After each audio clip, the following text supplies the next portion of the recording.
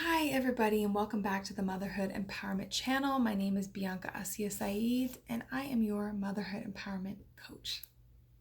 Today I wanted to talk a little bit about moms who ask hard questions and moms who challenge authority. That is what the podcast episode is all about this week. So if you want to tune in, I'll put the link down below, but it's motherhoodempowermentcoach.com/podcast/EP -007. Anyways, so this concept I find to be vitally important. I often find that a lot of moms I work with are women that don't take society's wisdom at face value, if you will. Maybe because I'm that way. And a lot of women feel either secretly guilty about this or insecure about it, or just not grounded. There's always some sense of self-doubt. And what I wanted to do with this podcast episode is really to just empower you and encourage you to continue questioning things, to continue challenging and questioning authority, to ask those hard questions, to be critical and skeptical of authoritative sources, right? Because being a mom is the most important job that we'll ever do, and it requires so much of us. Probably the most important thing it requires of us is that we make good, well-informed decisions, and that's not possible without a skeptical mind. Now you might be thinking, oh, well, I am kind of rebellious, but I'm not naturally skeptical. I'm not very analytical and stuff like that. Don't worry. It's not only a personality trait that somebody can naturally lean into, right? Like somebody who's naturally skeptical will just naturally question things. They'll naturally not trust things that that maybe people have a consensus about or whatever. But it's also a skill that you can build, right? You can practice critical thinking skills in order to build up your skepticism skills, right? And let me differentiate really quickly between being naturally skeptical and being rebellious. These are two different personality traits that when I refer to moms who ask hard questions and moms who challenge and question authority, I'm talking about women who are either naturally skeptical on this side or women who are naturally rebellious on this side. And these two things, they come from different parts of your brain and different parts of development and different parts of like value systems and stuff. It's so complex, right? But basically women and humans who are naturally skeptical are just more logical and analytical, and they just tend towards requiring that someone proves something before they accept that belief, right? And there is a great place for that within our community of God-fearing moms, right? Because we need you guys to be able to point things out to us and be like, well, actually, here's the facts. So if you want to make a good decision about whatever it is, I want to lay these facts out for you because this is what I found. What they're portraying is not actually what's happening, right? There's a great place for those moms in our society. Whereas on the other side, rebellious moms tend to be more resistant to convention and more resistant to social standards, or not giving a damn about what anybody thinks. This is more of the mindset of a rebellious person, a person who's rebellious to society, that is, not to God. But they're both positive. They're both very positive. The place in society for the rebellious thinker is that, we're not going to, and I'm like this, we're not going to comply with rules just because they're there. If we don't agree with them, we're either going to remove ourselves from the situation or we're going to cause a scene because we need people to wake up and look around and understand what's going on, right? So, being skeptical and or rebellious, they come from two different places, and they're two different sort of personality combinations, right? I mean, you could be both, but a lot of times, there's women who are rebellious, and there are women who are skeptical. Even though they come from two different places, even though they were formulated in different ways, there is a great place in the community for these kinds of moms. I mean, who else is going to point out things that are within the status quo or that are conventional that we don't agree with? I mean, the pressure to conform in society is so strong. And I mentioned this briefly on one of my Facebook Lives, but if you take, for example, little girls' clothing when you go to the store or online, how often are those clothing sexualized? Let's be honest and let's be blunt. It's unacceptable.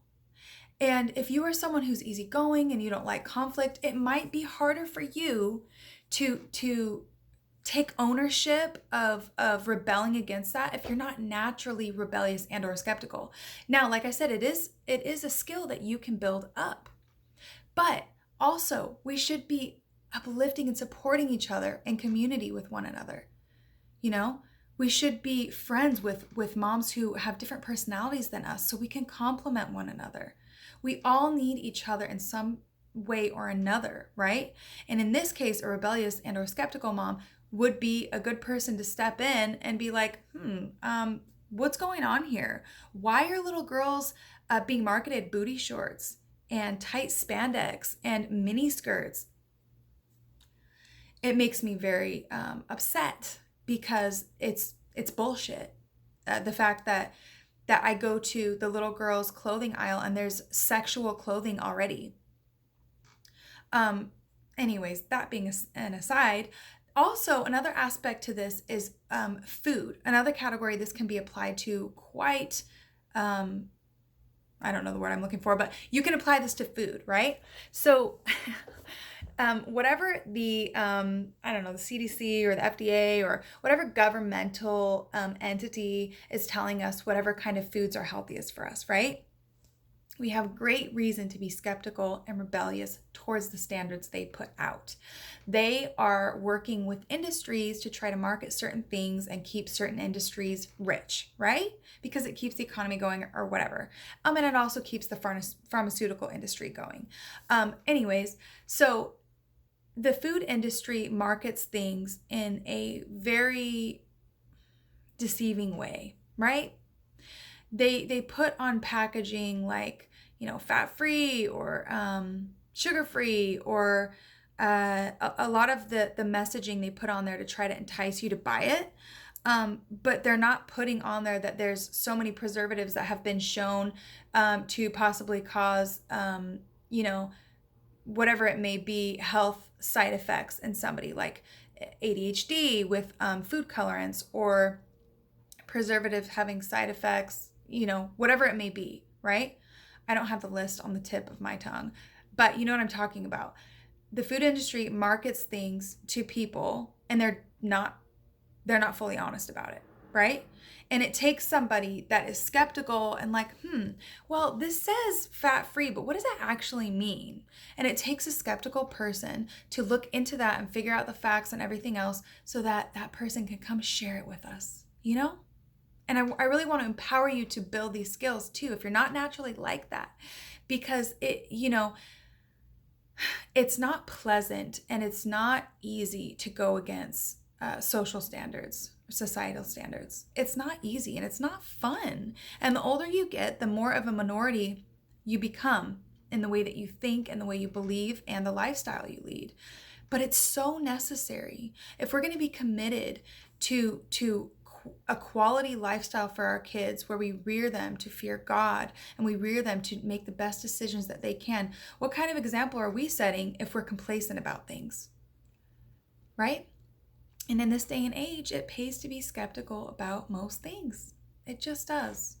So with that being said, about the food industry and about not knowing which, healthy diet to partake in or the healthiest meals to make for your family, because there's just so much information out there and because there's so much deception out there and there's so many misleading, warped studies out there showing things that are not statistically significant, what have you. It's just really confusing. And I actually have a really awesome thing coming up. It's a free 5-day challenge. It's called the Indigenous Eating Challenge. And it's all about teaching you to go back to basics, erase everything in your mind, take it back to basics, and adopt the original healthy eating system, the one in which we trust God's bounty to enrich us with and nourish us with health from nature. I want to invite you to that challenge. I'll put a link down below. Go ahead and sign up right now if you can and get in there, because it starts Monday, on the 25th of May, 2020, that is that Monday. And I'm going to be teaching you all about the basics. I'm going to be teaching you the 5 steps to my Indigenous eating system, which are planning, selecting, prepping, cooking, and consuming all the best ways to do those 5 things according to an Indigenous eating system.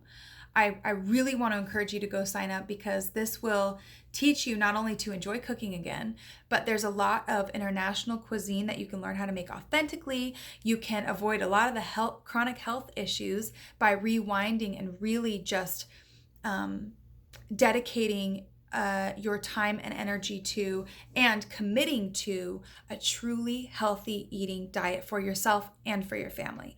So I want to invite you to that. And that's all I got for this week, guys. Keep being skeptical, keep challenging and questioning authority, keep asking those hard questions and being the critical thinker that you are. Keep being unconventional, unusual, different, whatever. I want to empower you and encourage you, because you are the leader. You are the leader of your home. You are the leading nurturer of your home. You are the one that has the most influence over your children. And it does matter what you do day in and day out. It matters every single decision you make. And I know you love your children dearly, and I know you want them to be God-fearing. I know you want them to follow the straight and narrow path. And the way to do that is to follow God's word strictly and be skeptical of everything else. So if you have any questions down below, go ahead and leave me a comment. Also, if you want to sign up for the Indigenous Eating Challenge, click below and check out the podcast episode for this week below as well. I'll see you guys next time. Bye.